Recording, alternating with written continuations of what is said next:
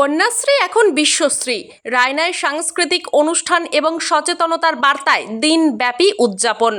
পূর্ব বর্ধমান জেলার রায়না 2 নম্বর ব্লকের বড়বইনান ইউএসকেএস শিক্ষানিকেতনে বৃহস্পতিবার সারাদিন ধরে পালন করা হলো কন্যাশ্রী দিবস। বিদ্যালয়ের পরিচালক কমিটির সভাপতি, প্রধান শিক্ষক, শিক্ষক শিক্ষিকা এবং সমস্ত ছাত্রছাত্রীর উপস্থিতিতে অনুষ্ঠিত হয় নানান সাংস্কৃতিক অনুষ্ঠান এবং প্রতিযোগিতা।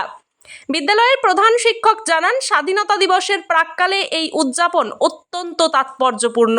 শুধু সাংস্কৃতিক পর্বই নয়, এদিন বিদ্যালয়ের বাৎসরিক ক্রীড়া প্রতিযোগিতার পুরস্কার এবং সার্টিফিকেট মঞ্চে তুলে দেওয়া হয় ছাত্রছাত্রীদের হাতে। বিশেষ আকর্ষণ ছিল কন্যাশ্রীর মেয়েদের অংশগ্রহণে বাল্যবিবাহ রোধ বিষয়ক একটি নাটক, যা উপস্থিত সকলের মধ্যেই সচেতনতার বার্তা ছড়িয়ে দেয়। মুখ্যমন্ত্রী মমতা বন্দ্যোপাধ্যায়ের উদ্যোগে শুরু হওয়া কন্যাশ্রী প্রকল্প আজ সারা বিশ্বে স্বীকৃত, আর এই উদযাপন তারই এক উজ্জ্বল প্রতিফলন। ব্যুরো রিপোর্ট, সোজা কথা নিউজ। কন্যাশ্রী এখন বিশ্বশ্রী।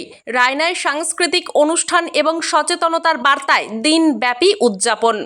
পূর্ব বর্ধমান জেলার রায়না 2 নম্বর ব্লকের বড়বইনান ইউএসকেএস শিক্ষানিকেতনে বৃহস্পতিবার সারাদিন ধরে পালন করা হলো কন্যাশ্রী দিবস।